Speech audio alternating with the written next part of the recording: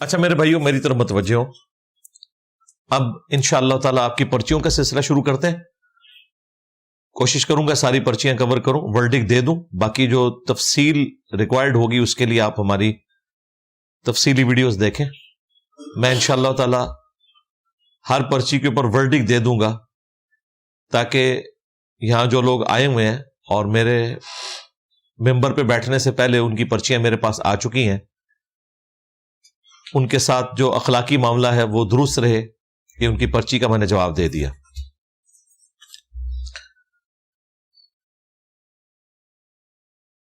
تقریباً 1-1.5 ہفتہ قبل ہمارے گھر 2 ملین روپے مالیت کا سونا گم ہو گیا. شاید کسی نے چوری کر لیا اور وہ ہماری کل جمع پونجی تھی. اس پر اب ہمیں کیا کرنا چاہیے؟ کوئی عمل بتا دیں. عمل یہ ہے کہ میرے بھائی FIR کٹوائیں اور جو قانونی راستہ ہے وہ اختیار کریں. باقی قرآن و سنت اس لیے نازل نہیں ہوئے کہ آپ کو کوئی اس قسم کے وظیفے بتائے جائیں گے، اور نہ اسلام ان چیزوں سے اس اعتبار سے ڈیل کرتا ہے کہ آپ کو گمشدگی کے اعتبار سے کوئی چیزیں بتائی جائیں. کون سے جانوروں کی خرید و فروخت حرام ہے؟ خرید و فروخت ان تمام جانوروں کی حرام ہے کہ جو درندے ہیں. صحیح مسلم میں حدیث ہے، نبی علیہ السلام نے بلیوں کی خرید و فروخت سے بھی منع فرمایا ہوا ہے، کتوں کی خرید و فروخت سے منع کیا ہوا ہے. گدھا اگرچہ کھانے میں حرام ہے لیکن اس کی خرید و فروخت جائز ہے کیونکہ وہ سواری کے کام بھی آتا ہے. آپ نے جنرل سوال پوچھا تو میں نے جنرل جواب دیا. اگر اسپیسیفک کسی جانور کے بارے میں آپ پوچھتے تو میں وہ بتا دیتا، وہ آپ نے نہیں پوچھا. باقی مشکات المصابی میں آپ کو دوسری جلد کے اینڈ پہ حلال و حرام جو خرید و فروخت کے جو مسائل ہیں اور وہ تمام جانوروں کا بیان وہ تفصیل سے مل جائے گا. کیا جانوروں کی نسبندی وغیرہ کروا سکتے ہیں؟ نہیں جی، یہ کوئی اجازت نہیں ہے اس کی، اسلام میں منع ہے یہ چیز. جانوروں کا جنت اور جہنم سے کیا تعلق ہوگا؟ کوئی تعلق نہیں ہے جی. آپ کو چاہیے ہوں گے تو وہ مل جائیں گے. ویسے ان کے لیے جنت نہیں ہے، جنت ابن آدم کے لیے. صحیح مسلم میں حدیث ہے، اگر کسی سینگ والی بکری نے بغیر سینگ والی بکری کو مارا تو اس کا بدلہ دلوایا جائے گا، اس کے بعد مٹی ہو جائے گی ہر چیز. انسان جو ہے وہ جنت میں جائیں گے انشاءاللہ. کیا شیعہ اور سنی کی اذان قرآن سے ثابت ہے؟ قرآن سے تو دونوں نہیں ثابت ہیں، سنت سے احادیث سے ثابت ہے. باقی جو سیدنا علی کی خلافت کے حوالے سے جو انہوں نے بیچ میں انسلٹ کیے ہوئے ہیں کلمات، وہ کوئی ثابت نہیں ہے. حی علی خیر العمل، یہ اہل سنت کے ہاں کتابوں میں بھی، طبرانی میں، سنن کبریٰ، البیہقی میں موجود ہے. تو اس کو اگر کوئی کہتا ہے اس میں کوئی حرج نہیں، باقی تو اذان ایک جیسی ہے. اہل بیت سے مراد کون سے لوگ ہیں؟ نبی صلی اللہ علیہ وآلہ وسلم کے گھر والے مراد ہیں، آل علی، آل عقیل، آل جعفر، آل عباس، جو بنو ہاشم ہیں. نبی علیہ السلام کی بیویاں بھی اہل البیت میں ہیں، اور قیامت تک جو بنو ہاشم ان کی اولاد ہے وہ اہل البیت میں شامل ہیں.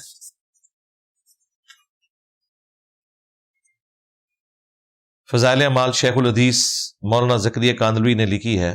آپ اس کتاب کے بارے میں کیا رد عمل دیتے ہیں؟ آج دے دی ہے نا جی. میں نے تو آپ کو بتا دیا کہاں کہاں سے بات شروع ہوئی تھی. ہم نے تو وہ راز کی باتیں بتائی ہیں جو آپ کو پتہ بھی نہیں چلنی تھی. تبلیغی جماعت کیا صحیح کام کر رہی ہے؟ اس کے اوپر میں آج بات کر چکا ہوں. کسی انسان کی روحانی اور جسمانی عناصر ایک ہی چیز ہے یا الگ الگ ہے؟ ظاہر ہے جسم الگ ہے، روحانی معاملات جو ہیں وہ الگ ہیں. روح کا علم تو قرآن میں ہے کہ بڑا تھوڑا دیا گیا ہے. باقی آپ نے قرآن و سنت کو فالو کرنا ہے. جنت اور جہنم دونوں کا فیصلہ روح اور جسم دونوں کے لیے ہوگا. بائبل کے مطابق حضرت آدم علیہ السلام کو چنا گیا اور زمین پہ پہلے کوئی مخلوق آباد تھی. جی قرآن میں تو ہے جنات پہلے آباد تھے، سورۃ الحجر میں، کہ جنات کو ہم نے آگ کی لپٹ سے پیدا کیا، انسانوں سے بھی پہلے. اسی طریقے سے حضرت آدم علیہ السلام کو چنا گیا. جی قرآن میں بھی آیا چنے گیا. کیا وہ پہلے انسان تھے؟ ہاں جی، پہلا وہ انسان جس میں روح پھونکی گئی وہ حضرت آدم علیہ السلام تھے، جن کی ہم اولاد ہیں. ان سے پہلے یہ اسپیشی کس فارم میں ایگزسٹ کرتی تھی یا نہیں کرتی تھی، یہ ایک سائنس کا ٹاپک ہے، وہ ایک الگ سے ہے. باقی جو اس وقت ماڈرن انسان ہے وہ حضرت آدم علیہ السلام کی ہی اولاد ہے، اور حضرت آدم علیہ السلام کوئی بندروں کی یا چمپینسی کی اولاد میں سے نہیں تھے. یہ بالکل غلط بات ہے. اس کے لیے آپ ایوولوشن والی میری ویڈیو دیکھ لیں. بینک کی نوکری کرنا اور اس کی کمائی، جی اگر اسلامک بینک والی ہو تو پھر حلال ہے، اور دوسری والی ظاہر ہے وہ سودی کام ہے، اس کو ہم کیسے حلال کہہ سکتے ہیں. لفظ ضاد کو دو طرح سے ادا کیا جاتا ہے. دو طرح سے تو غلط ادا کیا جاتا ہے. عربی میں یہ ضاد ہی ہے. یہ جو ضاد کر کے پڑھتے ہیں وہ غلط ہے. عربی قاریوں کو دیکھیں بالکل واضح پڑھتے ہیں. امام کعبہ جو ہیں عبد الرحمن السدیس یا سعود بن ابراہیم الشریم، ان کے علاوہ بھی سعد الغامدی ہے اور ابو بکر الشاطری ہیں، مشاری راشد ہیں، وہ سب ضاد ہی پڑھتے ہیں. اکثر جب کسی کے ساتھ برا کام ہو جائے تو کہا جاتا ہے کہ یہ جادو ہے. اکثر بیماری اور موت کو بھی اس کے ساتھ جوڑا جاتا ہے، اور کہا جاتا ہے نبی اسلام پر بھی جادو ہوا تھا. نبی اسلام پر جادو ہے، لیکن کہیں آپ نے سنا ہے کبھی کسی صحابی پر یا اہل بیت میں سے کسی کے اوپر جادو ہوا ہو؟ کوئی نہیں. وہ تو نبی اسلام کی ایک تعلیم کے لیے تھا، وظائف نازل ہو گئے، دیٹس آل. باقی اپنی کمزوریوں کو جادو کا نام دینا یہ بالکل غلط ہے. جادو ہوتا ہے، لیکن پاکستان میں نکما پن ہے جس کو آپ نے جادو کا نام اور بندش کا نام دیا ہوا ہے. ہٹ درمی ہے.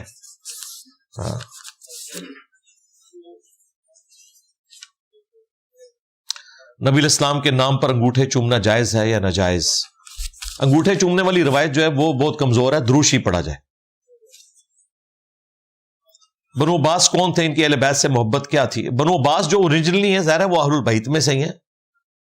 نبی الاسلام کے چچا تھے عباس، ان کی اولاد ہے. لیکن جب یہ حکومت میں آئے ہیں، پہلے تو انہوں نے شیان علی کو اپنے ساتھ ملایا. جب حکومت میں آ گئے تو اہل بیت کے سارے ائمہ کو انہوں نے ہی قتل کیا. امام جعفر کو، امام موسیٰ کاظم کو، امام علی رضا کو تو مامون الرشید نے اپنے بعد جانشین بھی نامزد کر دیا تھا، بعد میں زہر دے کے قتل کر دیا.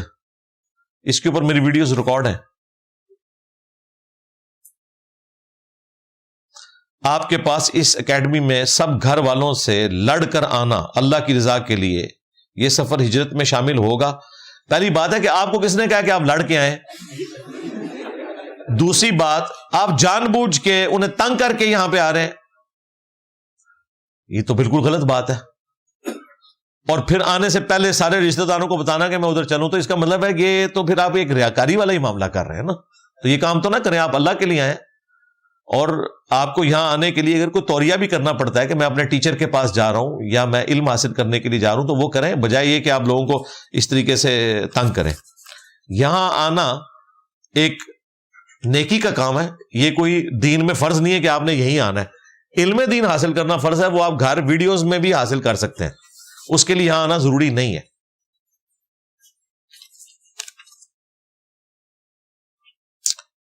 شیرخوار بچے کا منہ سے دودھ گرا دینا یا الٹی کر دینے سے کپڑے ناپاک ہو جاتے ہیں؟ نہیں ہوتے جی. یہ حنفیوں کا موقف ہے. ان کا بھی موقف یہ ہے کہ اگر وہ منہ میں آئے ہوئے دودھ کو اگل دے یا خوراک کی نالی میں سے اگل دے تو وہ ناپاک نہیں ہوگا. معدے میں جانے کے بعد جو وامٹنگ آتی ہے وہ ناپاک ہے. اب اتنی باریکی سے تو حساب کتاب نہیں رکھا جا سکتا، اور یہ ان کا کہنا ہے. اس حوالے سے ان کے پاس کوئی دلیل نہیں ہے. یہ ان کا اجتہاد ہے. جس طرح کہ وہ باپا جانی نے اجتہاد کیا تھا کہ اشوب چشم کی وجہ سے جو آنکھوں سے پانی نکلتا ہے تو وہ کہہ رہے تھے یہ ناپاک ہے کیونکہ یہ خون کی ایک قسم ہے. کولو ہی گل بنا لی ہے. نہ ان کو سائنس آتی تھی، نہ ان کے بزرگوں کو سائنس آتی تھی، پھر اس قسم کی یہ باتیں کرتے ہیں. تو اس کے لیے بھی کوئی دلیل موجود نہیں ہے. ان شارٹ یہ کہ یہ پاک ہی ہے. البتہ بچوں کا جو پیشاب ہے وہ ناپاک ہے. وہ اگر پیشاب کپڑوں پہ لگ جائے تو وہ آپ نے صاف کرنے. اور یہ جب سے آپ کا یہ ڈائپرز والا سلسلہ شروع ہے تو اس آزمائش سے بھی اب کم ہی گزرنا پڑتا ہے. اللہ کا شکر ہے سائنس نے ہمارا یہ مسئلہ بھی حل کر دیا ہے کہ ہم چھوٹے بچوں کو مسجد میں آسانی سے لے کے جا سکتے ہیں ڈائپر باندھ کے. اور وہ پیشاب کا کپڑوں پہ لگنے والا اندیشہ وہ تو الحمدللہ ایڈریس ہو چکا ہے. آپ درس و تدریس کے دوران تمام کتب احادیث کے حوالہ جات دیتے ہیں، لیکن آپ امام شافعی کی کتاب مسند شافعی کا حوالہ نہیں دیتے۔ دیتا ہوں جی، آپ کو کس نے کہا میں نہیں دیتا؟ مسند شافعی سے اگر میں کوئی ایسی بات کروں جو بخاری مسلم میں پہلے ہی موجود ہے تو مجھے کرنے کی ضرورت نہیں ہے نا، کیونکہ امت انہی کتابوں سے واقفیت رکھتی ہے۔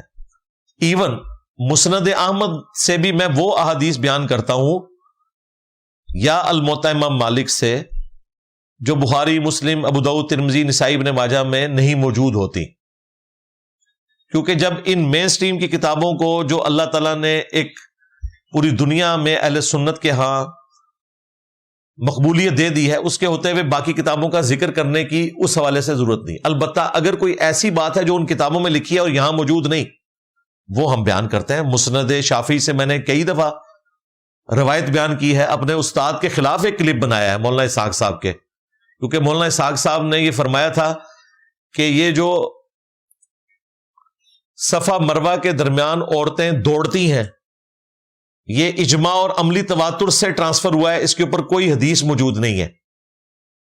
اسی طریقے سے خانہ کعبہ کے جو طواف کے پہلے 3 چکروں میں رمل کرنا، یعنی مردوں کا چھوٹے چھوٹے قدموں کے ساتھ اکڑ کر چلنا،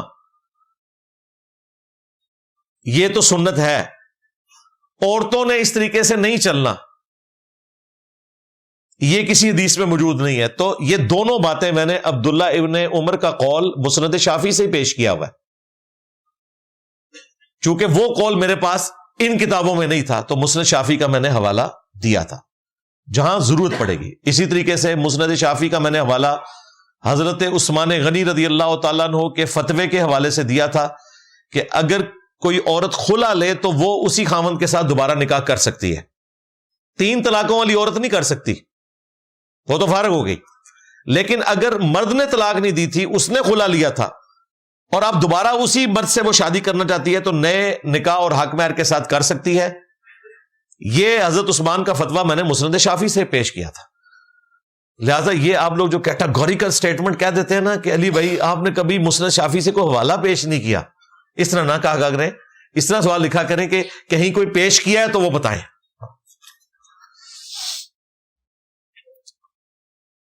ہر سال انشورنس والوں کو 20,000 روپے دیتا ہے میرا بھائی، اور 20 سال کے بعد 40 لاکھ ملیں گے۔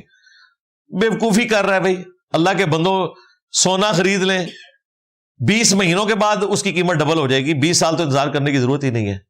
تو انشورنس والے چکروں میں نہ پڑیں آپ، فائدہ کوئی نہیں ہے۔ ہاں اسلامک بینک کے تھرو انشورنس ہے تو وہ جائز ہے، انشورنس کو میں حرام نہیں کہہ رہا، بشرطے کہ وہ اسلامک بینک کے تھرو ہو، تکافل کے نام سے چل رہی ہے۔ عذاب قبر برزخی معاملہ ہے، دنیاوی قبر میں ہوتا ہے، جن لوگوں کی قبر نہیں ہوتی، بھئی جن کی ہوتی ہیں ان کو بھی عذاب ہوتے ہوئے اگر آپ کو نظر آتا ہے تو مجھے دکھا دیں، تو اس سوال کی تو ضرورت ہی نہیں۔ قبر ہو بھی تب بھی اس میں آپ کیمرہ لگا لیں، آپ کو عذاب تو نظر نہیں آئے گا۔ لہٰذا اس عذاب کا تعلق قبر کے ساتھ نہیں ہے۔ قبر ہو یا نہ ہو، آپ شیر کے پیٹ میں ہو، سمندر کی گہرائی میں ہو، آپ کی راکھ ایئر کریش میں بکھر چکی ہو، یا آگ میں کسی نے جلا دی ہو، یا لاش کے ٹکڑے ٹکڑے ہو چکے ہوں، اللہ تعالیٰ قادر ہے کہ اسی حالت میں روح اور جسم دونوں کو عذاب دے سکتا ہے۔ ٹھیک ہے، باقی قبر یہی ہے۔ یہ جو کیپٹن عثمانی پارٹی نے تماشا لگایا کہ اس قبر میں عذاب نہیں ہوتا، کسی اور قبر میں ہوتا ہے، وہ اللہ کے ہاں ہے، یہ بالکل غلط ہے۔ صحابہ کرام اسی قبر کے بارے میں بات کرتے تھے، بہرحال وہ آپ دیکھ نہیں سکتے۔ سنن نبی داؤد میں حدیث ہے، نبی الاسلام نے دفنانے کے بعد قبر پر کھڑے ہو کر کہا کہ اپنے بھائی کے لیے دعا کرو، ابھی اس سے قبر میں سوالات ہوں گے۔ یہ ابو داؤد میں حدیث ہے، نبی الاسلام اسی قبر کی طرف اشارہ کر رہے تھے۔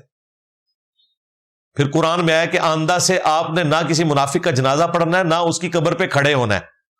تو وہ قبر کوئی برزخ میں تھی، وہ اسی قبر کی بات کی جا رہی تھی کہ منافقین کی قبروں پہ بھی آپ نے نہیں جانا۔ اچھا، اسی طریقے سے صحیح مسلم میں جو کافی طویل حدیث ہے، حضرت عمر بن عاص کی جو موت کا وقت قریب آیا، اس میں انہوں نے جو آخری وصیت کی تھی کہ میری قبر پہ اتنی دیر بیٹھے رہنا جتنی دیر ایک اونٹ کو نہر کر کے اس کا گوشت تقسیم کیا جاتا ہے، تاکہ میں اپنی قبر سے مانوس ہوں اور اللہ کے آئے ہوئے فرشتوں کو سوالات کے جوابات دوں۔ تو حضرت عمرو بن عاص رضی اللہ تعالیٰ عنہ نے اپنی اولاد کو اپنی اسی فزیکل جو قبر ہے اسی کے پاس بیٹھنے کی نصیحت کی تھی. صحیح مسلم میں 321 نمبر حدیث ہے. لہذا صحابہ کا عقیدہ اسی قبر کے بارے میں تھا. باقی دیکھ نہیں آپ سکتے, وہ برزخ ہے. وَمِن وَرَائِهِمْ بَرْزَخٌ إِلَى يَوْمِ يُبْعَثُونَ, ان کے مرنے سے لے کر قیامت کے دن تک جو اٹھائے جانے کا دن ہے برزخ ہے, ان سین بیریئر ہے. پیسے کا بت کیسے توڑیں؟ کیونکہ معاشرے میں عزت اس کی ہے جس کے پاس پیسہ ہے, عقل کی قدر و قیمت کم ہے. جی پیسے کا بت توڑنے کے لیے پیسہ کمائیں حلال طریقے سے. پیسے کا تو کوئی ایکویلنٹ نہیں ہے, سیدھی سی بات ہے, چاہے کسی کو بری لگے یا اچھی لگے. پیسے کو اللہ نے ایک طاقت دی ہے, یہ آزمائش ہے, فتنہ ہے, لیکن ضرورت بھی ہے. کیونکہ بسم اللہ پڑھنے سے, دروشی پڑھنے سے تو آپ کی پیاس نہیں بجھے گی نا, نہ آپ کا پیٹ بھرے گا. تو اللہ نے مرد کو معیشت کی تکلیف سے گزارا ہے, عورت کو پریگنینسی کی تکلیف سے گزارا ہے. یہ آپ نے کمانا ہے. سبسسٹنس لیول کے اوپر تو لازمن کمانا ہے, اس سے بھی زیادہ کمائیں. اور اگر آپ تھریش ہولڈ پوائنٹ کو پہنچتے ہیں تو اللہ کی راہ میں صدقہ اور خیرات بھی کریں, زکوٰۃ بھی ادا کریں. پیسہ اتنی پاورفل چیز ہے کہ آپ کے یہاں ایک بہت بڑے پراپرٹی ڈیلر جو آج کل باہر بھاگے ہوئے ہیں, انہوں نے اپنے اس ہاؤسنگ اسکیم کے لیے 32 جرنیل جو ہیں ریٹائرڈ وہ ملازم رکھے ہوئے تھے, اور بریگیڈیئر تو درجنوں کی تعداد میں, اور چھوٹے موٹے جو کرنل اور میجر ہیں وہ سینکڑوں کی تعداد میں, اور وہ اپنا ہر کام کروا لیتے تھے. تو پیسہ تو بھائی پوسٹ سے بھی زیادہ طاقتور ہے, ہم نے تو یہی دیکھا ہے. پیسے کی پازیٹو جو افیکٹونیس ہے وہ اپنی جگہ موجود ہے. نبی علیہ السلام نے غزوہ تبوک کے موقع کے اوپر چندہ ہی صحابہ کرام سے اکٹھا کیا تھا نا, جس پہ حضرت عثمان غنی رضی اللہ تعالیٰ عنہ کو جنت کی بشارت ملی ہے, کوئی نفل پڑھنے کے اوپر تو نہیں ملی. 1000 سونے کی اشرفیاں اس زمانے میں بہت بڑی بات ہے. آج کا کروڑوں روپیہ بنتا ہے. 700 اونٹ کروڑوں روپیہ بنتا ہے. 3 موقع پہ جنت کی بشارت ملی ہے, تینوں پیسہ خرچ کے. مسجد نبوی کی توسیع کے لیے زمین وقف کی, مسلمانوں کے لیے میٹھے پانی کا کنواں وقف کیا, اور غزوہ تبوک کے موقع کے اوپر نبی علیہ السلام کے قدموں میں اپنی دولت نچھاور کی. ظاہر ہے کہ رومن امپائر سے جنگ ہونے والی تھی, تو پیسہ تو طاقت ہے جی بھائی. ہم کوئی اس اعتبار سے نہیں کہیں گے آنکھیں بند کر لیں کہ پیسہ طاقت نہیں ہے. آپ میرے منہ سے اگر یہ باتیں سن رہے ہیں تو اس کو اس چیز سے ریلیٹ نہیں کرنا کہ آپ نے لوگوں سے چندے اکٹھے کرنے ہیں اور آرام خوری کرنی ہے. ہاں, اپنا کمائیں, محنت سے کمائیں اور حلال کمائیں, لیکن اس میں اتنے غرق نہ ہو کہ آپ کی دنیا اور آخرت برباد ہو جائے. ہاں, کشتی نے پانی کے اوپر چلنا ہے, لیکن پانی کو کشتی کے اندر نہیں آنا چاہیے, اور کشتی پانی کے بغیر چل بھی نہیں سکتی. آپ کیا سمجھتے ہیں یہ دعوت کا کام بغیر پیسے کے ہو رہا ہے اس پلیٹ فارم سے؟ میں آپ کو اگر مہینے کا بجٹ بتاؤں تو کئی لوگوں کی رات کی نیندیں حرام ہو جائیں. پیسے کے بغیر بھائی کچھ نہیں ہوتا. مولوی ناکام صرف ہمارے دلائل کے مقابلے پہ نہیں ہوئے ہیں, ہم نے جو پیسہ لگایا اتنا پیسہ وہ نہیں لگا سکتے, کیونکہ وہ پیسہ چندہ اکٹھا بھی کرتے ہیں تو اپنے اوپر لگا لیتے ہیں.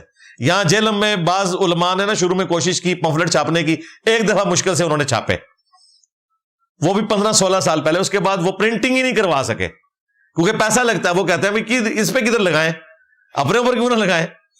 تو پیسے کے بغیر بھائی کام نہیں ہوتا, سیدھی سی بات ہے. یہ رائیونڈ مرکز چل رہا ہے نا, پیسے کے اوپر چل رہا ہے.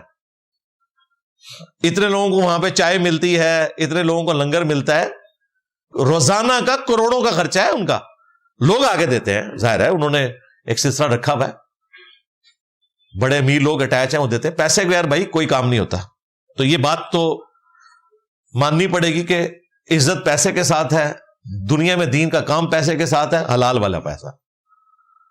اس کے بغیر تو چارہ نہیں ہے. باقی رہا کہ اگر کسی کے پاس زیادہ پیسہ نہیں ہے, 2 وقت کی روٹی اس کی پوری ہو رہی ہے, تو ٹھیک ہے, شریعت کے مطابق زندگی گزارے.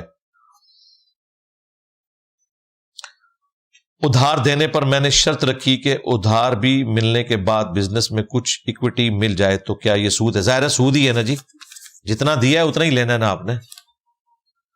میرے چھوٹے بھائی اور بہن اکثر بیمار رہتے ہیں اور میرے والدین پریشانی کی حالت میں ان کو پیروں کے پاس لے جاتے ہیں. میں منع بھی کرتا ہوں کہ بابت شاہی کوئی نہیں. یہ کہہ کے منع کریں گے پھر تو زبردستی لے کے جائیں گے. ٹھیک ہے, ان کو آپ یہ بتائیں کہ یہ جب بچے پیدا ہوئے تھے ان کا ختنہ کیوں نہیں بچوں کا اپنے بابوں سے کروایا.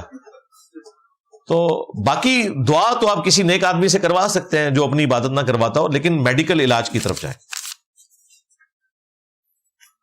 خود تو یہ سارے بابے ہاسپٹلس میں ہی جاتے ہیں, میں نے تو نہیں دیکھا. یہ باپا جانی نے پچھلے دنوں کیا کہا کہ جی ڈاکٹرز نے مجھے بتایا کہ گھٹنوں کا درد ہے اور میں نے مفتی صاحب سے مشورہ کیا, تو مفتی صاحب نے کہا کہ میز کرسی پہ آپ بیٹھ کے کھا سکتے ہیں, کیونکہ پہلے انہوں نے لکھا تھا یہ انگریزوں کا طریقہ ہے.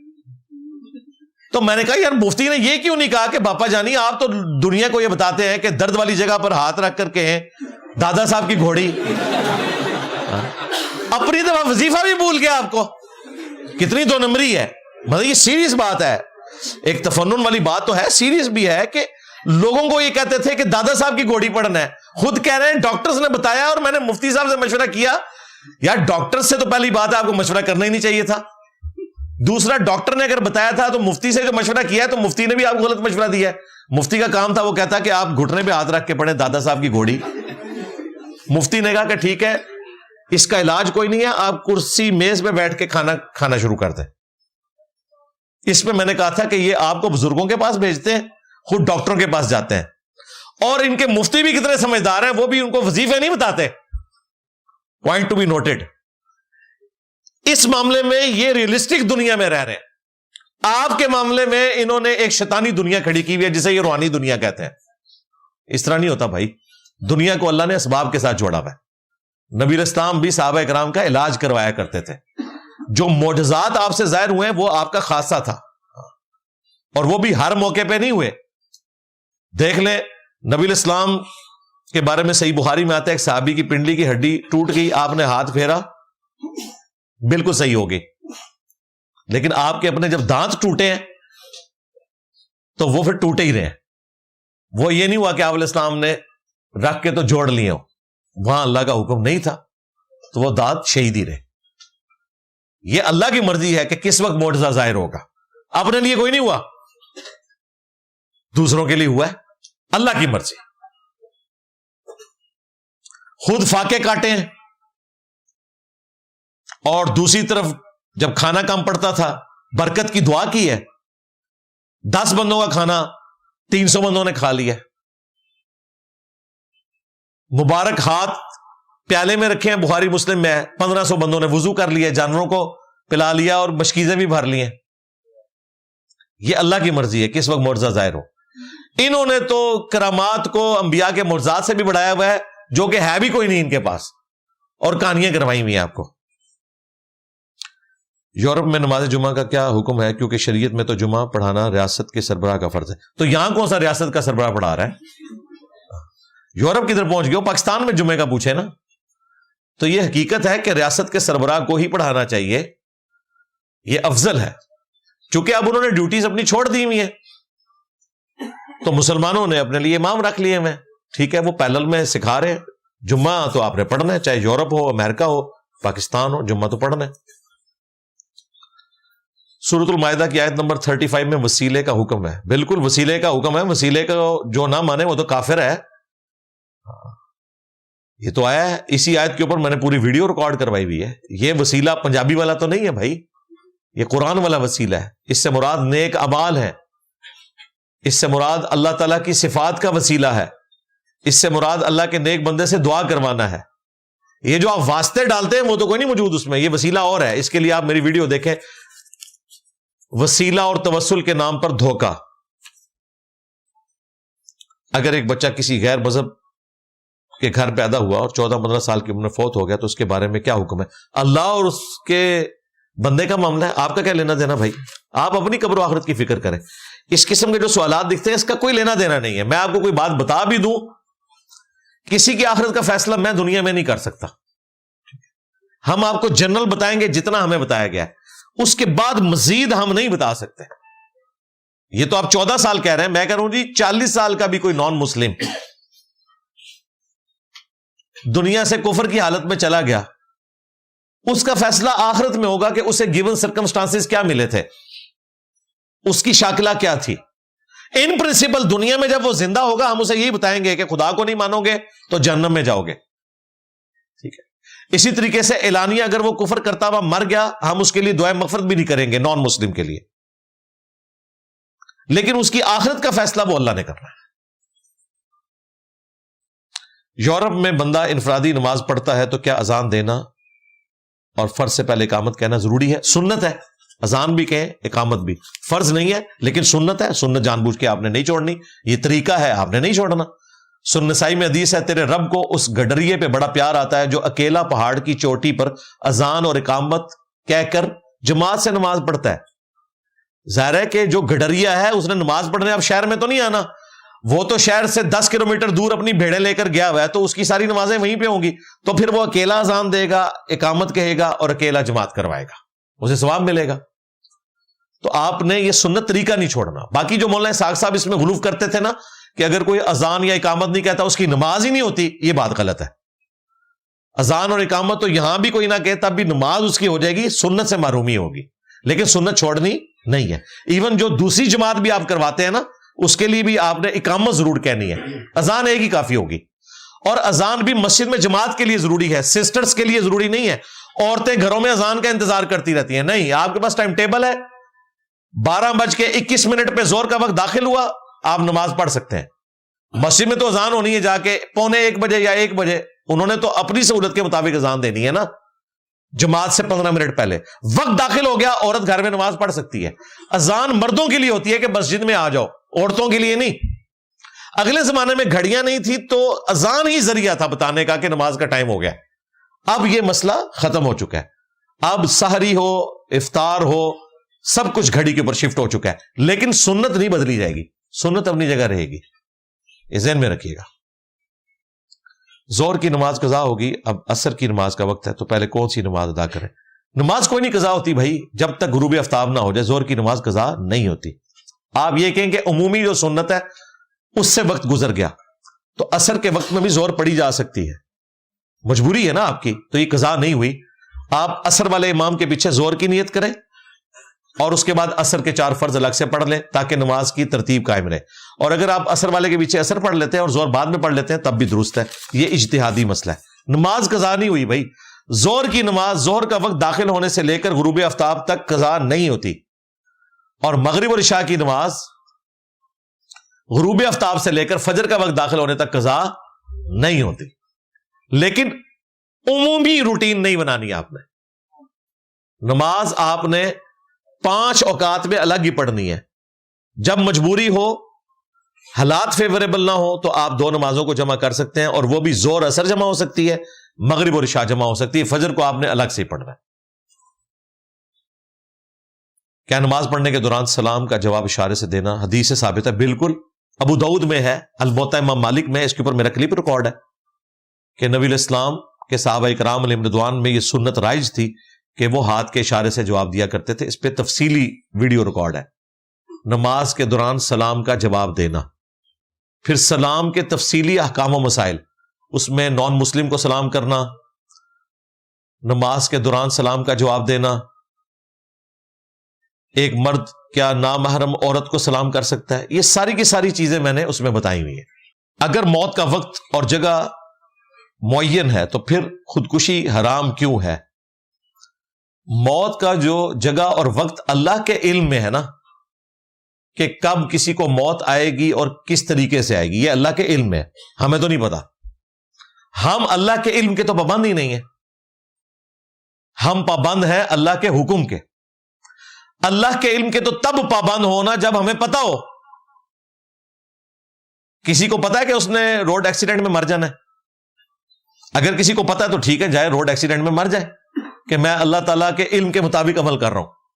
تو کسی کو نہیں پتا، ہم نے عمل کس کے مطابق کرنا ہے؟ اللہ کے حکم کے مطابق، علم کے مطابق نہیں کرنا، کیونکہ علم تو ہمارے پاس ہے ہی نہیں ہے، یہ تو علم الغیب سے تعلق رکھتی ہے چیز۔ حکم کیا ہے؟ حکم یہ ہے کہ خودکشی کرنا حرام ہے۔ وَلَا تُلْقُوا بِأَيْدِيكُمْ إِلَى التَّهْلُكَةِ، اپنے ہاتھوں سے اپنے آپ کو ہلاک مت کرو۔ سورۃ البقرہ آیت نمبر 195. بخاری مسلم دونوں میں حدیث ہے, جس نے دنیا میں خودکشی کی, اپنے آپ کو بلندی سے گرایا, یا اپنے پیٹ میں چھرا مارا, یا زہر پیا, تو جہنم میں یہی عذاب اس پر مسلط کیا جائے گا. بار بار اسے اونچائی سے نیچے گرایا جائے گا, بار بار اسے زہر پلایا جائے گا, بار بار اس کے پیٹ میں چھرا مارا جائے گا, پھر مرے گا, پھر زندہ ہوگا, یہ مسلسل عذاب جاری رہے گا. وَلِعَوْذُ بِاللَّهِ تعالی. صحیح مسلم میں حدیث ہے, خودکشی والے کا جنازہ لایا گیا, نبی الاسلام نے جنازہ پڑھنے سے انکار کر دیا. یہ سینسٹیو ایشو ہے, ٹھیک ہے. تو ہم اللہ کے حکم کے پابند ہیں. اللہ نے حکم دیا کہ خودکشی کرنا حرام ہے. اللہ کو تو پتا تھا یہ حرام موت مرے گا, لیکن اللہ نے حکم نہیں دیا تھا کہ آپ نے حرام موت مرنا ہے. اللہ کو تو یہ بھی پتا ہے کہ آپ نے کس ماں باپ کے ہاں پیدا ہونا ہے, لیکن کیا آپ کو بھی پتا ہے؟ آپ کا کوئی اختیار ہے اس معاملے میں؟ نہیں. یہ تقدیر کے معاملات ہیں. تقدیر کے معاملات کے بارے میں ہم سے نہیں پوچھا جائے گا, لیکن جو چیزیں ہمیں اللہ نے حکمن فرمائی ہیں وہ ہم نے کرنی ہے. اللہ کو تو یہ بھی پتا تھا کہ یہ نماز نہیں پڑھے گا, تو آپ یہ کہہ رہے ہیں کہ میں نماز اس لیے نہیں پڑھ رہا کہ اللہ کے علم میں لکھا ہوا ہے کہ میں بے نمازی ہوں. ہاں ظاہر یہی مطلب ہوا نا. پھر اس کا اینڈ رزلٹ یہ ہے کہ وہ جہاں علم میں لکھا ہے نا, اس کے اینڈ پہ لکھا ہے سیدھا جہنم میں جائے گا. تو تیار ہو جاؤ جہنم میں جانے کے لیے. اور یہی بات ہے جو بخاری مسلم میں حضرت علی نے روایت کی ہے. نبی علیہ السلام سے جب ایک صحابی نے پوچھا کہ جب جنتیوں کا جنت میں جانا اور جہنمیوں کا جہنم میں جانا طے ہے تو ہم عمل کیوں کر رہے ہیں, تو آپ نے فرمایا عمل کرو. جنتیوں کے لیے جنت والے عمل آسان ہوں گے, جہنمیوں کے لیے جہنم والے عمل آسان ہوتے جائیں گے. تو اگر آپ چاہتے ہیں کہ آپ اللہ کے علم میں جنتی ہو جائیں تو جنتیوں والے کام شروع کر دیں, اور اگر آپ چاہتے ہیں کہ اللہ کے علم میں جہنمی ہو جائیں تو جہنمیوں والے کام شروع کر دیں. اللہ فیوچر کو فورسی کیے ہوئے اپنے علم کے ذریعے, یہ مسئلہ تقدیر ہے. لیکن اس کو یہ کہنا کہ اللہ تعالیٰ نے کوئی زبردستی کی ہوئی ہے, یہ تو صفت عدل چیلنج ہوگی اور قرآن کا مقدمہ دھڑم سے گر پڑے گا. اللہ نے انبیاء اس لیے نہیں بھیجے کہ اینڈ پہ رزلٹ خود سنانا تھا, نہیں, اس لیے کہ آپ کو اللہ نے اختیار دیا ہے. اِنَّا هَدَيْنَاهُ السَّبِيلَ اِمَّا شَاكِرٌ وَإِمَّا كَفُورًا. ہم نے ہدایت کا راستہ دکھا دیا, اب تمہاری مرضی ہے, چاہے وہ شکر گزاری کی روش اختیار کرو چاہے نہ شکری کی. مسئلہ تقدیر پہ کافی ساری ویڈیوز ہیں. مارٹگیج پر گھر یا لیز پر گاڑی لینا جائز ہے, بالکل جائز ہے, اسلامک بینک سے اور کسی سے نہیں. آپ اسلامی حکومت کے خلاف کیوں ہے, چاہے کسی بھی فرقے کی ہو, حکومت تو اسلامی ہوگی بھائی, اس لیے کہ آپ لوگ شہید کر دیے جائیں گے اس حکومت میں.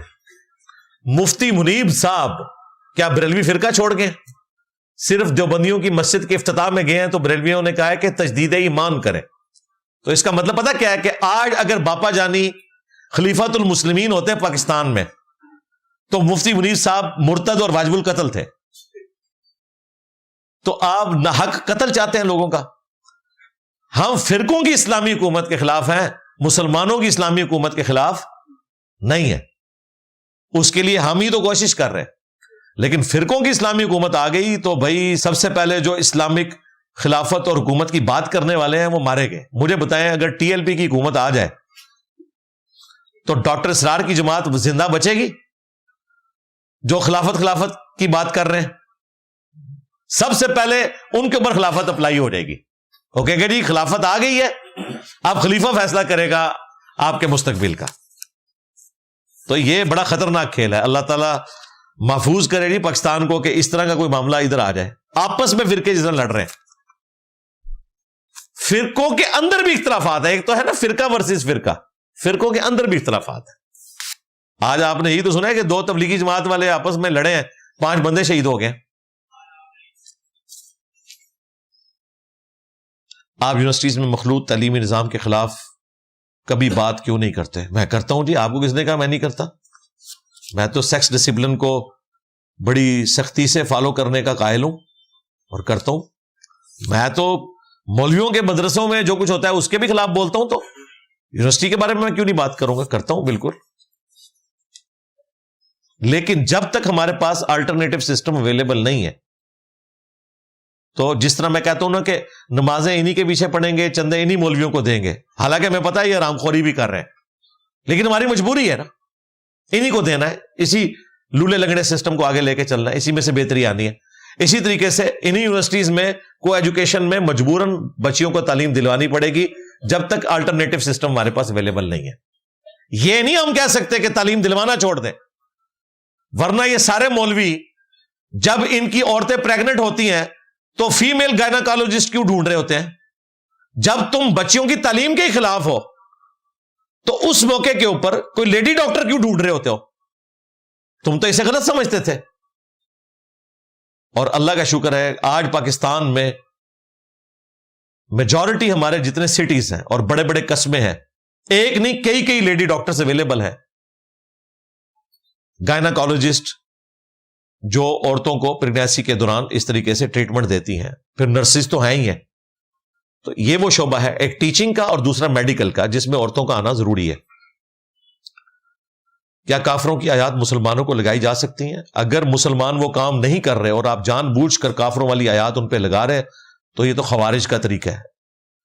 خوارج نے صحابہ کرام کو کافر کہا وہ آیات پڑھ کر. اسی لیے بخاری میں آتا ہے عبداللہ ابن عمر کہتے تھے کہ خوارج بدترین مخلوق ہے, یہ کافروں والی آیات مسلمانوں کے اوپر لگاتا ہے. البتہ اگر مسلمان غلط کام کر رہے ہیں, مثلا مسلمان سود خور ہے, تو اسے بتایا جائے گا کہ سود حرام ہے. مسلمان شراب پیتا ہے, چوری کرتا ہے, یہ سارے جو گناہ کے کام ہیں وہ ساری آیات لگائی جائیں گی اس کے اوپر. اور سب سے بڑی چیز قرآن میں آیا وَأَقِيمُوا الصَّلَاةَ وَلَا تَكُونُوا مِنَ الْمُشْرِكِينَ, نماز قائم کرنا, مشرک نہ ہو جانا. یعنی قرآن کہہ رہا ہے کہ نماز نہ پڑھنا یہ کس کا طریقہ ہے؟ مشرکین کا. تو آیت کس سے متعلق ہوئی؟ مشرکین سے متعلق نا. تو جو مسلمان نماز نہیں پڑھتا ہم اسے یہ آیت نہیں سنائیں گے؟ سنائیں گے, کہیں گے کہ مسلمان ہو گئے کافروں والے کام کر رہے. اس لیے کافروں والی آیات بھی مسلمانوں پہ لگیں گی جب ان کے کرتوت کافروں والے ہوں گے. جب کرتوت نہیں ہوں گے پھر نہیں لگیں گی, پھر وہ خارجیوں کا طریقہ ہے. مثلا ایک مسلمان نماز میں پڑھ رہا ہے ایاک نعبد و ایاک نستعین, سلام پھیرنے کے بعد قبر سے مانگ کے آتا ہے ایک بابے سے, تو ہم اسے کہیں گے یہ قبروں سے, مرے ہوئے لوگوں سے, بتوں سے مانگنا یہ کافروں کا طریقہ ہے. مسلمان تو اللہ سے مانگتا ہے. تو اس پہ آیت فٹ ہوگی کیونکہ کرتوت ویسے ہیں, جسے فٹ اسے گفٹ. اس کے اوپر میری تفصیلی ویڈیو ہے. مفتی تقی عثمانی کا فتویٰ ہے کہ یوٹیوب کی کمائی حرام ہے, اس کے بارے میں معلومات درکار ہے. جی فتویٰ ہے, گوگل پہ پڑھا ہوا ہے. معلومات یہ ہے کہ میری جو اوپینین ہے وہ ویڈیو میں ریکارڈ ہے, وہ آپ دیکھ سکتے ہیں.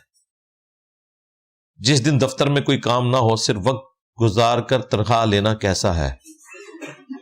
جی وقت گزار کر ہی تنخواہ لینی ہے, گھر آ جائیں گے تو حرام ہو جائے گی, کیونکہ آپ کو ٹائم کے پیسے مل رہے ہیں. کام 24 گھنٹے تو نہیں ہو سکتا نا, یہ تو نیچرل ہے. وہ چند ایک نوکریاں ایسی ہیں جن میں آپ کو مسلسل بیزی رہنا پڑتا ہے. مثلا اگر کوئی کیشیئر ہے اسلامک بینک میں, وہ بل جمع کر رہا ہے یا ڈاکخانے میں جمع کر رہا ہے, وہ تو آپ کہہ سکتے ہیں کہ وہ مسلسل ڈیوٹی دے رہا ہے چند گھنٹے تک کے لیے. باقی ظاہر ہے دفتر میں ہر وقت تو کام نہیں ہوگا نا, اس لیے یہ نہیں ہو سکتا کہ آپ گھر واپس آ جائیں, آپ نے اپنے وہ گھنٹے پورے کرنے ہیں. تو وہ نوکری آپ کی حلال ہے. وہ بیسیکلی ٹائم دفتر میں گزارنا اتنا تاکہ آپ کام کے وقت اویلیبل ہو, اس کی تنخواہ مل رہی ہے آپ کو.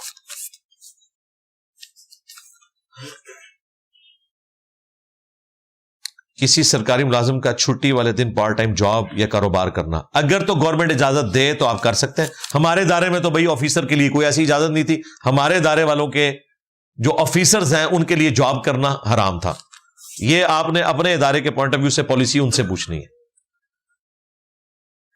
کسی سرکاری ادارے سے حاصل کی گئی ناجائز کمائی گورنمنٹ کے خزانے میں کیسے جمع کروائی جا سکتی ہے؟ گورنمنٹ کے فنڈ بنے ہوئے ہیں, وہ چاہی جا سکتی ہے. اور اگر آپ کو نہ ملے تو بڑا آسان طریقہ ہے کہ جو ریلوے کے ٹکٹس ہیں, ریل گاڑی کے, جو سرکاری گاڑیاں چل رہی ہیں, وہ آپ خرید کے ان کو آپ پھاڑ کے پھینک دیں تو گورنمنٹ کے خزانے میں آپ کے پیسے چلے جائیں گے. ظاہر ہے آپ اگر 100 ریل کارڈ کے ٹکٹ خرید لیتے ہیں اور بیٹھتے نہیں ہیں, صرف ٹکٹ خریدے ہیں, تو اتنی رقم آپ نے گورنمنٹ کے خزانے میں جمع کروا دی اور اس سے آپ نے فائدہ نہیں اٹھایا. اس کے اگینسٹ اور لوگ بیٹھیں گے, کیونکہ ٹکٹ تو وہ ان گنت دیتے ہیں نا. یہ نہ سمجھے کہ وہ ٹکٹ کو گنتی کے ہوتے ہیں کہ اگر اس میں 2000 بندے بیٹھ سکتے ہیں تو 2000 کے بعد وہ گنتی ختم کر دیتے ہیں. وہ 4000 ٹکٹ بھی دیتے ہیں کیونکہ انہیں پتا ہے لوگوں نے کھڑے ہو کے جانا ہے اور اس طریقے سے لوگ لٹک کے بھی جائیں گے. وہ ٹکٹ کوئی فکس نہیں ہوتے. یہ میں پاکستان کی بات کر رہا ہوں. وہ ٹکٹ ایک خزانے میں پیسے جمع کروانے کا ذریعہ ہے. تو سب سے آسان ذریعہ تو یہی ہے بھائی.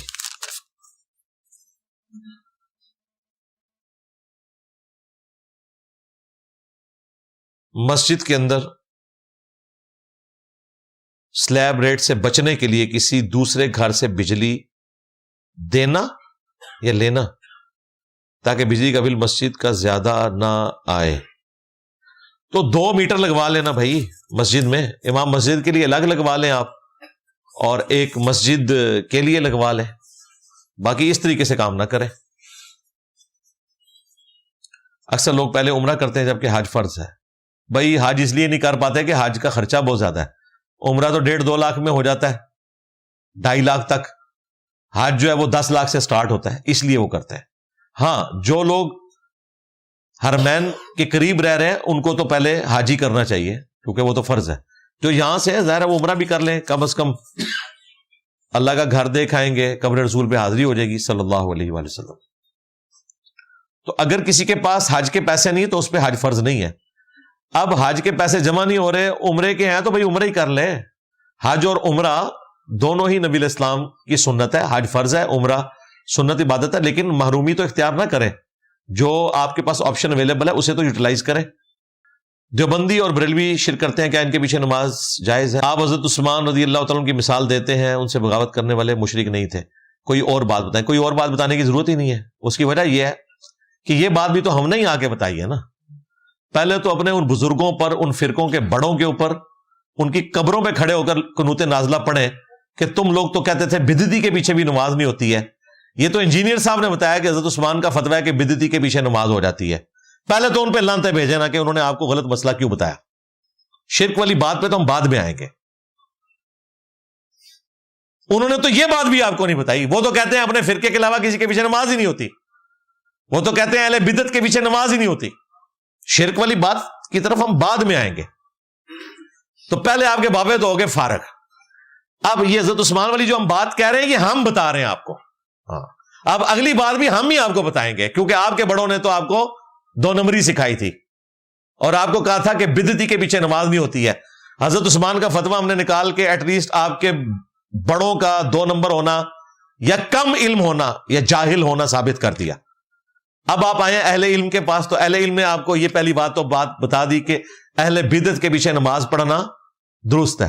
قائم ہو, بدعتی کے پیچھے نماز درست ہے. امام بخاری نے باب باندھا. اب میں آپ سے سوال پوچھتا ہوں, قرآن میں اہل بدعت کی گمراہیاں آئیں, انبیاء کرام کے جانے کے بعد اللہ تعالیٰ نے ان کو کنڈیم کیا, اور ابو داؤد, ترمذی, نسائی, ابن ماجہ میں آیا کل بدعۃ ضلالہ وکل ضلالۃ فی النار. صحیح مسلم میں بھی موجود ہے. تو مجھے بتائیں, جب نبی علیہ السلام کہہ رہے ہیں کہ ہر بدعت گمراہی ہے اور ہر گمراہی جہنم میں لے جانے والی ہے, تو آپ کی ڈاکٹرن میں جو بدعتی ہیں وہ تو خود جہنم میں جا رہے ہیں, تو ان کے پیچھے نماز کیسے درست ہوگی؟ جہنم کی طرف جانے والا جو بندہ کام کر رہا ہے اور اسپیسیفکلی بدعت کے پوائنٹ آف ویو سے, اس کے پیچھے تو نماز درست ہی نہیں ہونی چاہیے حدیث کی روح سے. حضرت عثمان نے یہ فتویٰ کیوں دے دیا؟ اس کا مطلب ہے کہ آپ کو بات سمجھ نہیں آئی.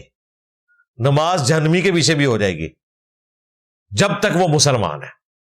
ہاں یہ ہے اصل بات. شرک والا معاملہ مجھے بتائیں, صحابہ کرام کو جو کافر کہتے تھے کیا کفر ان کی طرف نہیں لوٹتا تھا؟ خوارج تو عبداللہ ابن عمر تو ان کے پیچھے نمازیں پڑھتے تھے. اس لیے میں نے الگ سے ایک ویڈیو ریکارڈ کروائی ہے, شرک والے امام کے پیچھے نماز پڑھنا. اب یہ والی مثال میں صحابہ کرام کے دور سے آپ کو کیسے بتاؤں؟ اس زمانے میں تو یہ افتاد ٹوٹی نہیں تھی.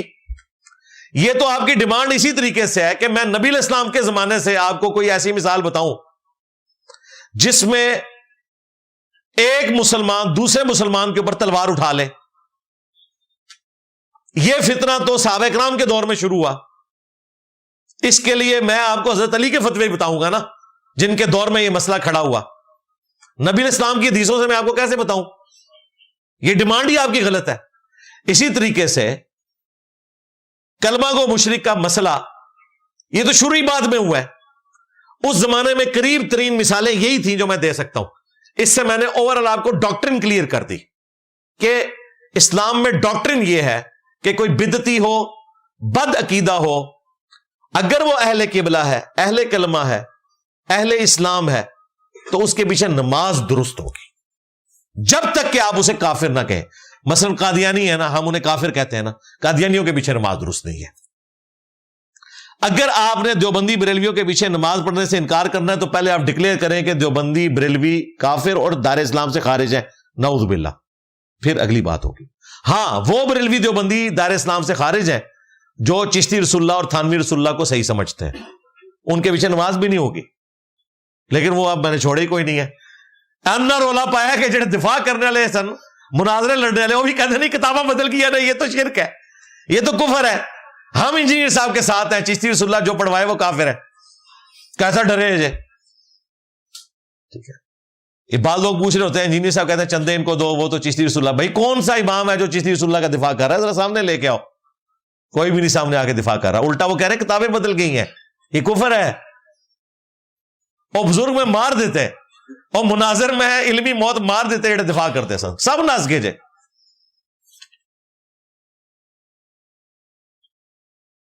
سورہ یوسف میں جو سجدہ آیا وہ سجدہ حضرت یوسف کو ہے، یہ شکر گزاری کا ہے. حضرت یوسف علیہ السلام کو تعظیمی سجدہ ہے، جس طرح کے فرشتوں نے حضرت آدم علیہ السلام کو کیا تھا. اگلی امتوں میں یہ جائز تھا، اس امت میں حرام ہو چکا ہے. ابو داؤد ترمذی میں حدیث موجود ہے، سنن ابن ماجہ میں بھی. اگر میں سجدہ جائز سمجھتا تو بیویوں سے کہتا کہ اپنے خامدوں کو سجدہ کریں اس حق کے سبب جو اللہ تعالیٰ نے دی ہے. سجدہ تعظیمی اگلی امتوں میں جائز تھا، اس امت میں حرام ہے. سجدہ عبادت اگلی امتوں میں بھی کفر تھا، اس امت میں بھی کفر و شرک ہے. ذہن میں رکھیے گا. پرانے وقت میں لوگ حضرت دانیال علیہ السلام کی لاش جسم کو اٹھا کر باہر رکھتے تاکہ بارش ہو. آج یہ کیا لکھا ہے؟ آج اسے تو اس طرح کی تو انبیاء کرام کی کوئی ہمارے پاس میت موجود نہیں ہے. اور دوسرا، نبی علیہ السلام نے تو ہمیں اس کی اجازت نہیں دی ہے کہ کسی شخص کو قبر سے باہر نکالا جائے. یہ جو لوگ وہ کرتے رہے ہیں وہ بدعت ہی کرتے رہے اپنے پیغمبروں کے ساتھ.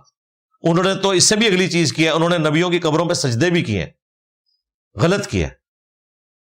باقی رہا ان کا دعا کرنا اور اس پہ بارش ہونا، میں بھی اس وجہ سے ہو، میں ناٹ بھی. اب مجھے بتائیں، کئی بار ہم دعا کرتے ہیں اور بارش نہیں ہوتی، کئی بار کرتے ہیں تو ہو جاتی ہے. اب سارے دعا کر رہے ہوتے ہیں نا. اس جمعے کو ہم مسجد میں بارش کی دعا کر کے نکلے ہیں تو نکلتے ہی بارش شروع ہو گئی اور مسجد ہی وابیوں کی. اب بریلوی مانیں گے کہ مابی مولوی کی وجہ سے ہوئی ہے؟ وہ کہیں گے جی ہماری 20 مسجدوں میں بریلوی مولوی دعا کر رہے تھے، یہ اس کی وجہ سے بارش ہوئی ہے، یہی کہیں گے نا. اور دیوبندی کہیں گے دوئے جھوٹے تھے، ساڈے حضرت صاحب نے دعا کروائی تھی. اور شیعہ کہیں گے نہیں نہیں جناب ہم نے دعا کروائی تھی. یہ کون فیصلہ کرے گا کس کی دعا سے ہوا ہے؟ عین ممکن ہے کہ کسی کی دعا سے بھی نہ ہوا. اللہ تعالیٰ کا اپنا فیصلہ ہے. عین ممکن ہے کسی جانور کی دعا اللہ نے سن لی. اس لیے کوئی وثوق سے نہیں کہہ سکتا کہ یہ جو کچھ ہو رہا ہے وہ اسی وجہ سے ہو رہا ہے، سوائے اس کے کہ وقت کا پیغمبر دنیا میں موجود ہو، وہ بتا سکتا ہے وحی کی تائید سے. جیسے بخاری مسلم میں نبی اسلام نے دعا کی، اسی وقت بارش نازل ہوئی، پورا ہفتہ ہوئی. اگلے ہفتے وہی شخص کھڑا ہوا جس نے دعا کے لیے کہا تھا، اور اس نے کہا یا رسول اللہ ہمارے گھر ٹپکنا شروع ہو گیا، صرف ہمارے اطراف میں بارش کی دعا کریں، گھروں پہ نہ ہو. بخاری مسلم کے الفاظ ہیں، آپ نے اپنی مبارک انگلیوں سے یوں بادلوں کو اشارہ کیا. ان کے مولوی یوں اشارہ کر کے بادل جوڑ کے اور توڑ کے بتائیں، پھر ہم مانیں گے کہ بارش کروا رہے ہیں. لو سامو کہانیاں سنو انہاں دیاں. اس طرح نہیں بارشیں ہوتی بھائی. کیا ولی کی اجازت کے بغیر یا مرضی کے خلاف لڑکی کا پہلا نکاح جائز ہے؟ ناجائز ہے، لیکن چونکہ اب وہ اسٹیبلش ہو چکا ہے قانوناً، اس کی طلاق کا بھی سلسلہ ہوگا، عدت بھی وہ گزارے گی. ظاہر ہے اس کو آپ نے پورا ڈیکورم کو فالو کرنا ہے. نبی اور رسول میں کیا فرق ہے، اس کے اوپر میری ویڈیو آپ دیکھ لیں. ویسے تو دونوں انٹرچینجبل الفاظ قرآن میں استعمال ہوئے ہیں. جب کبھی فرق اس کا آتا ہے تو وہ اس اعتبار سے آتا ہے کہ رسول وہ ہیں جو صاحب شریعت ہوں اور وہ قوم کو دھمکی لگائیں کہ ایمان لاؤ گے تو بچ جاؤ گے، ادروائز تباہ کر دیے جاؤ گے. اور نبی وہ ہیں جو دھمکی نہیں لگاتے، صرف فکر آخرت دلاتے ہیں. ٹھیک ہے. حضرت یوسف علیہ السلام رسول نہیں تھے، وہ نبی تھے، اس لیے ان کے ہاں آپ کو کہیں دھمکی نہیں ملے گی. لیکن حضرت ہود علیہ السلام، نوح علیہ السلام، صالح علیہ السلام، شعیب علیہ السلام، ابراہیم علیہ السلام، محمد علیہ السلام، یہ سب کے سب رسول تھے. یہاں آپ کو دھمکی والا ایلیمنٹ بھی نظر آئے گا. باقی یہ قرآن میں انٹرچینجبل الفاظ کے طور پر بھی استعمال ہوتا ہے، جس طرح جہاد اور قتال ایک دوسرے کی جگہ بھی آ جاتا ہے. مؤمن اور مسلم یہ بھی ایک دوسرے کی جگہ استعمال ہو جاتا ہے. رسول اللہ کے لیے ہے انا اول المسلمین، حالانکہ نبی اسلام مسلم تو نہیں، آپ تو مؤمن ہیں لیکن مسلم بھی ہیں. انٹرچینجبل الفاظ کے طور پہ آ جاتا ہے، نبی رسول بھی آ جاتا ہے. اس پہ تفصیلی ویڈیو ہے. کیا مختلف فرقوں والوں کے درمیان نکاح ہو جاتا ہے کیونکہ ان کے نکاح پڑھانے کے طریقے الگ الگ ہیں؟ نہیں، طریقہ تو ایک ہی ہے. حق مہر ہوتا ہے، ایجاب و قبول ہوتا ہے، خطبہ ہوتا ہے، اس میں جو مرضی پڑھتے رہے. وہ تو 6 کلمے بھی لوگ سن رہے ہیں، حالانکہ اس کا کوئی لینا دینا نہیں. اصل چیز ایجاب و قبول اور حق مہر اور ولی کی اجازت ہے. طریقہ ایک جیسا ہی ہے. یہ اتنا ہی فرق ہے جتنا ہاتھ چھوڑ کے نماز پڑھنے میں، ہاتھ باندھ کے نماز پڑھنے میں فرق ہے. رکعتیں اتنی ہی ہیں. ہر رکعت میں ایک قیام، ایک رکوع اور 2 سجدے ہیں. کوئی فرق نہیں ہے، جس مرضی طریقے سے پڑھائیں، ایک ہی طریقہ ہے. How can I purify my heart and intentions and most effective way to seek forgiveness. قرآن کا ترجمہ بار بار سننے سے، پڑھنے سے بھی سننا بھی بڑا افیکٹو ہوتا ہے، اور اچھے لوگوں کی صحبت اختیار کرنا. توبہ کا سب سے بہترین طریقہ جو ہے وہ لا الہ الا انت سبحانک انی کنت من الظالمین ہے. لیکن یہ تو کلمات ہے نا، اصل چیز یہ ہے کہ گزشتہ گناہوں پر شرمندہ ہونا، آئندہ نہ کرنے کا پکا عہد کرنا، یہ ہے اصلاً توبہ. باقی سید الاستغفار بھی ہمارے بلو کارڈ پہ لکھا ہوا ہے، وہ تو کلمات ہیں. کیا سنت نماز میں غلطی پر بھی سجدہ صاحب ہوگا؟ نہیں، سنت چھوٹے گی تو سجدہ صاحب نہیں ہوگا. سنت نماز میں اگر کوئی واجب چھوٹ گیا تو سجدہ صاحب ہوگا. کوئی رفع الیدین کرنا بھول گیا تو سجدہ صاحب نہیں ہے. کوئی سبحانک اللہ پڑھنا بھول گیا، سجدہ صاحب نہیں ہے. لیکن اگر کوئی درمیان والا تشہد بھول گیا، خواہ وہ 4 سنتوں میں بھولا، خواہ وہ 4 فرضوں میں بھولا، وہ سجدہ صاحب کرے گا. سجدہ صاحب کے 5 طریقے، اس کے اوپر میری ویڈیو دیکھ لیں، اس میں نے سارے مسائل بھی بتائے ہوئے. ایسی ریاست جو اسلام کے نام پر بنی مگر ہر کام خلاف شرع کرے تو کیا اس کے خلاف آواز بلند کرنا قیام ہے یا خروج ہے؟ نہیں، آواز بلند کریں، آرمڈ کنفلکٹ نہیں کریں گے، وہ خروج ہے. اگر آپ کا اشارہ ان لوگوں کی طرف ہے جو لوگ پاکستان میں اسلامک نظام قائم کرنے کے لیے اسلحہ اٹھائے ہوئے ہیں، یعنی کہ ٹی ٹی پی، اللہ معافی دے، کتنے غلیظ کردار کے لوگ ہیں آپ لوگوں کو اندازہ نہیں ہے. کسی کی عورت نہیں چھوڑتے، کسی کی بچی نہیں چھوڑتے، آپس میں جو ان کے اپنے معاملات ہیں. یہ صرف ڈکوسلا ہے اسلام کے نام کے اوپر، اپنے اوپر کوئی اسلام نافذ نہیں ہے.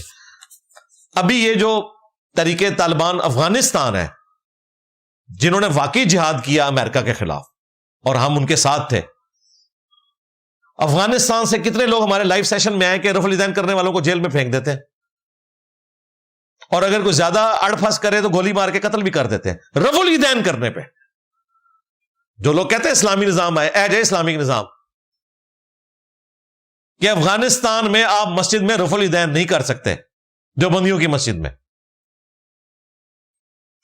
نورستان ایک علاقہ ہے اہل حدیث کا، وہاں اہل حدیث ہیں، ادروائز باقی جگہ پہ ان کو فوراً شک پڑتا ہے کہ یہ داعش کا بندہ ہے، کیونکہ داعش اس وقت لڑ رہی ہے دیوبندیوں کے خلاف. داعش وہابیوں کی اہل حدیث کی جماعت ہے اور طالبان جو ہے وہ دیوبندی ہے.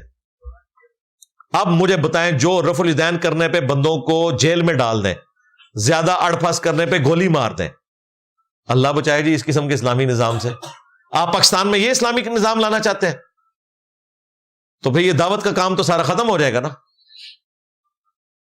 پھر ٹی ایل پی کہے گی کہ ہماری حکومت آئے، ٹی ٹی پی کی کیوں آئے؟ اللہ نہ کرے کسی مذہبی جماعت کی حکومت آئے. توبہ توبہ توبہ، اسی بڑے چنگے ہیں نا. تو بغیر